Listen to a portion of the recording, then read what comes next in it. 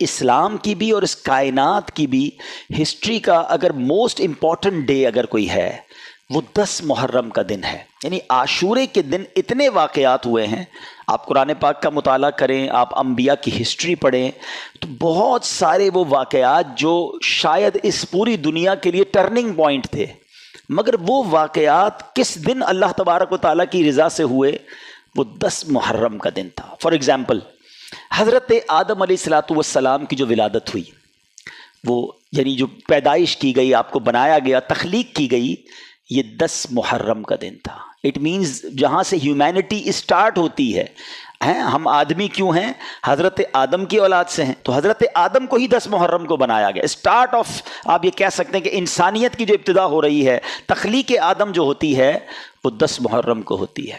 پھر آپ کو جنت میں جو داخل کیا گیا وہ بھی 10 محرم ہی کا دن تھا. حضرت آدم علیہ السلام کی جو توبہ قبول ہوئی وہ بھی 10 محرم ہی کا دن تھا. یعنی حضرت آدم علیہ السلام کی زندگی کے اہم ترین جو وقت تھا, جو بھی ایونٹ آیا, وہ 10 محرم کا دن تھا. اچھا, اب آتے ہیں کہ حضرت ابراہیم خلیل اللہ علیہ نبینا علیہ السلام کی پیدائش. آپ خلیل اللہ ہیں, اور یہ بھی آپ کو پتا ہونا چاہیے کہ نبی پاک علیہ السلام کے بعد انبیاء میں سب سے زیادہ بڑا مرتبہ اگر کسی کا ہے تو وہ حضرت ابراہیم علیہ السلام کا ہے. سارے دینوں میں یہ ایک بات بڑی سگنیفیکنٹ ہے کہ 4 جو بڑے آسمانی کتابیں تھیں اور آج بھی جو آسمانی دین کہلاتے ہیں, اس میں سب میں حضرت ابراہیم کی بڑی جو ہے نا, یوں سمجھے کہ عزت ہے, احترام ہے, اور ان کا مقام ہے. بہت کمال کی ہستی ہیں. کبھی انشاءاللہ موقع ملا تو حضرت ابراہیم کی ہسٹری پر بہت کچھ ہے ان کی ہسٹری میں, مگر ان کی ہسٹری میں بھی ان کی لائف کا بھی جو ٹرننگ پوائنٹ تھا کہ جب آپ کو نمرود کی آگ سے بچایا گیا, آپ کو آگ میں جو ڈالا گیا تھا, اور وہ آگ میں سے جو آپ نجات ملی آپ کو, وہ بھی 10 محرم ہی کا دن تھا. آپ سمجھ رہے ہیں بات کو؟ اچھا, اب آگے چلتے ہیں. حضرت موسیٰ علیہ السلام, سبحان اللہ, قرآن میں سب سے زیادہ جس نبی کا ذکر ہے وہ حضرت موسیٰ علیہ السلام ہے. آپ کی زندگی میں بھی بڑے پیچ و خم ہیں, اور one of the historical history اگر پڑھیں حضرت موسیٰ علیہ السلام کی سیرت کو, عقل حیران ہو جاتی ہے. اور کتنی جگہ قرآن نے حضرت موسیٰ کے واقعات کو بیان کیا, بنی اسرائیل کے واقعات کو بیان کیا, مگر سب سے اہم واقعہ اگر کہا جائے کہ جب فرعون سے آپ کو نجات ملی, جو دریائے نیل میں فرعون کو غرق کیا گیا اور بنی اسرائیل کو نجات ملی, یہ آپ کی زندگی کا اہم ترین پوائنٹ تھا, ڈے تھا. یہ دن بھی 10 محرم کا دن تھا.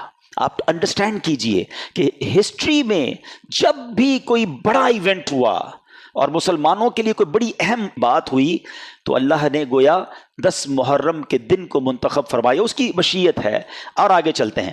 حضرت عیسیٰ علیہ السلام, سبحان اللہ, روح اللہ کہلاتے ہیں آپ کی پیدائش یہ بھی 10 محرم کو ہوتی ہے. اچھا, پھر ان کی زندگی کا ایک وہ پوائنٹ ہے جو آج تک بہت سارے مذاہب میں ڈسپیوٹ ہے. ہم مسلمانوں کا عقیدہ یہ ہے کہ آپ کو آسمانوں پہ اٹھا لیا گیا ہے, آپ آج بھی زندہ ہیں. وہ والا زندہ, ایسے تو ہر نبی زندہ ہے, مگر آپ کو ابھی تک موت ہی نہیں آئی ہے, جس کو ہر انسان کو آنے کا وعدہ ہے. تو حضرت عیسیٰ علیہ السلام جو ہیں, ان کو جو آسمانوں پر اٹھایا گیا, وہ دن بھی 10 محرم کا دن تھا. اچھا, پھر اسی طرح حضرت نوح علیہ السلام, حضرت نوح علیہ السلام کے بارے میں بھی معلوم ہونا چاہیے ہمیں. آپ کو آدم ثانی کہا جاتا ہے. اچھا, کیوں کہا جاتا ہے؟ کہ حضرت آدم سے تو ساری دنیا چلی, ساری نسلیں بنی نوح انسان چلی, مگر ایک وقت ایسا آیا کہ جب حضرت نوح علیہ السلام کی قوم پر طوفان آیا نا, تو آپ کو حکم دیا گیا کہ ایمان والوں کو کشتی میں بٹھا کے, اب طوفان میں اب وہ کشتی چلنے لگ گئی. تو لوگ کتنے تھے اس کشتی میں؟ 80 لوگ تھے. یہاں ایک درس بھی ہے کہ حضرت نوح علیہ السلام نے 950 سال اپنی قوم کو اللہ کی طرف بلایا. And after a struggle of more than 950 years کتنے لوگ ایمان لائے؟ اونلی 80 لوگ ایمان لائے. اس میں ان لوگوں کے لیے درس ہے جو کہتے ہیں یار نیکی کا کام کرنے میں دل نہیں لگتا, کامیابی تو ملتی نہیں, میں تو کوشش کرتا ہوں کوئی ساتھ نہیں دیتا. تو یاد رکھیے, میرا اور آپ کا کام کوشش کرنا ہے. کامیابی دینے والی ذات رب کائنات کی ہے. کوانٹٹی دیکھ کر مرعوب نہ ہو جایا کرو. اس میں ایک میسج یہ بھی ہے, یار اتنے سارے لوگ اس کی بات مانتے ہیں, کچھ تو ہوگا. اتنے سارے لوگ اس کے مرید ہیں, اتنے سارے لوگ اسے پہچانتے ہیں, اتنے سارے لوگ اس کے پیچھے بھاگتے ہیں, تو کچھ تو ہوگا.